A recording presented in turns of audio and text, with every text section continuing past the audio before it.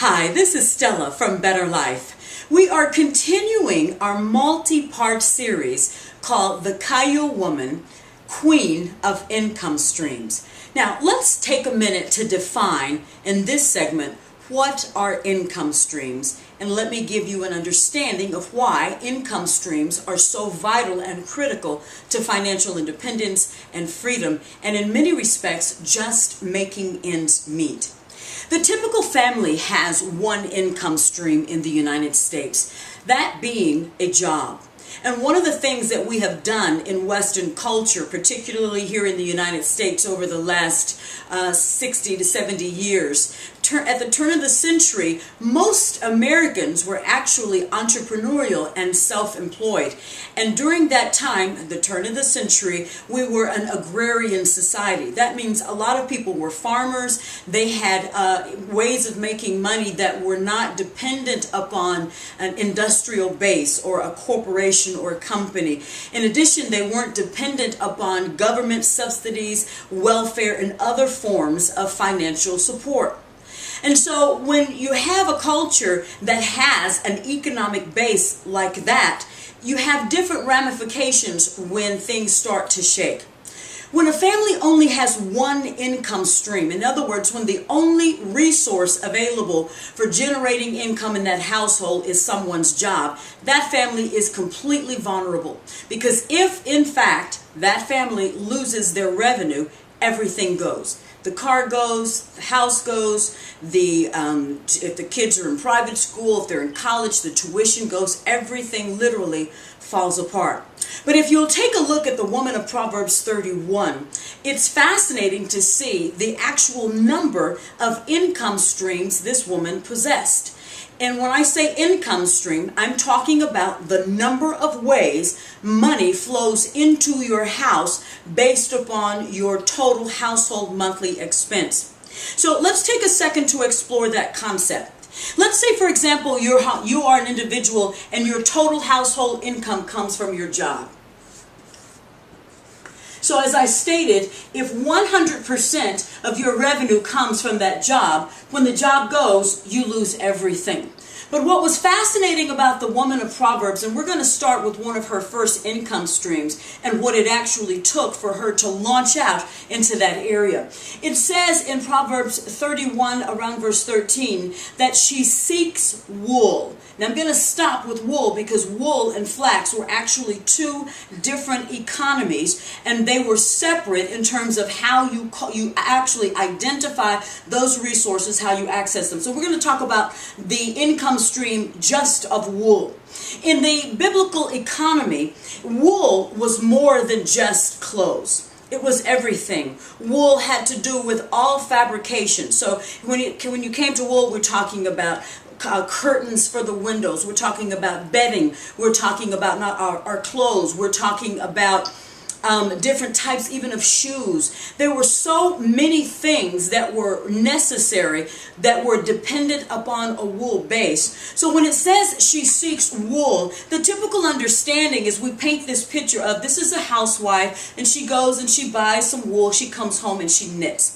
That really wasn't what that passage was talking about, because the woman of Proverbs 31 was an entrepreneur. In other words, when it says she seeks out wool, the implication there was that she had an established stream of vendors who provided wool for her, and she actually took that wool, made products with it, and then those products became items that she sold in the marketplace. So let's fast forward and translate that to you. One of the things that I teach in my upcoming book called Wicked Wealth, 40 Ways God is Transferring the Wealth of the Sinner, is that there are multiple ways that you can access the same ability, the same capacity as the woman of Proverbs and begin to create multiple streams. And one of the first things is what is in your hands. In other words, what can you do with your hands right now? If you want to evaluate income streams and you want to move from that job, then the next thing you need to look at in terms of creating a stream of income that's money going into your house, you need to look at what your hands can do.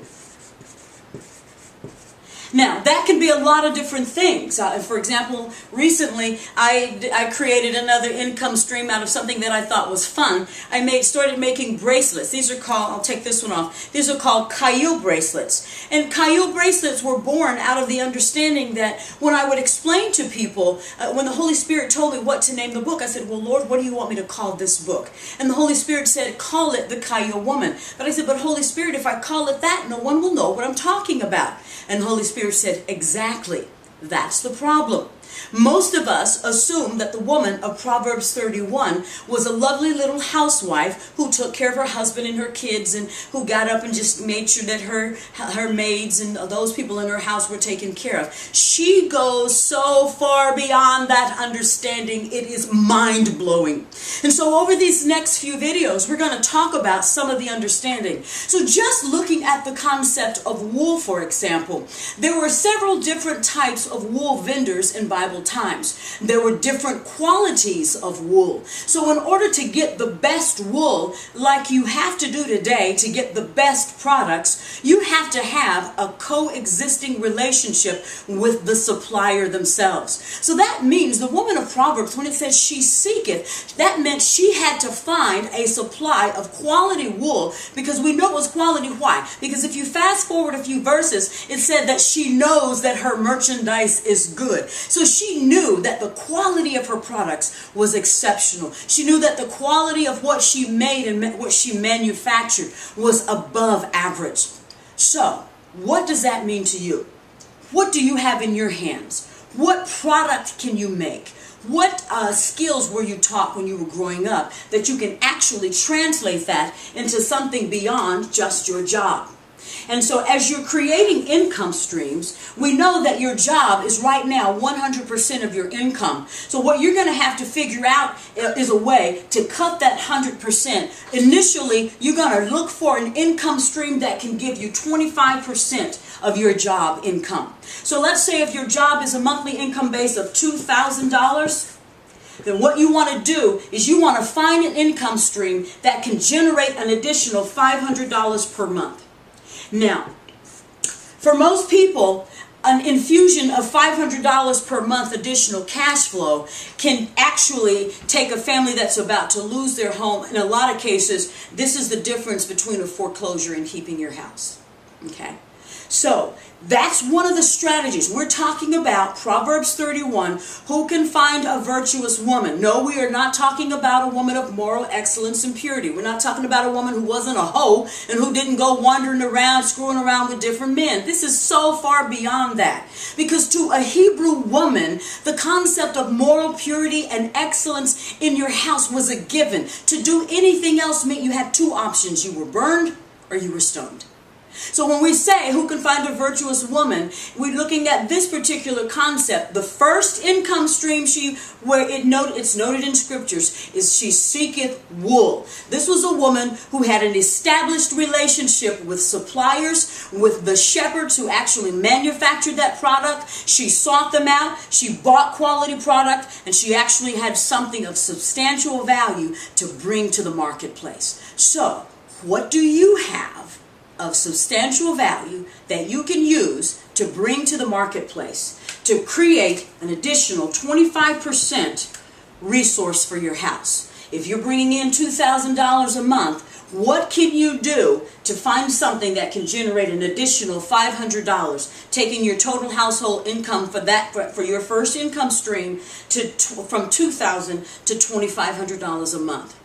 Now, we're going to be talking more, and for those of you who don't know, these concepts are presented in my new book called The Chayil Woman. You can find it on my website, StellaPayton.com. Again, that's Stella, S-T-E-L-L-A, Payton, P-A-Y-T-O-N.com.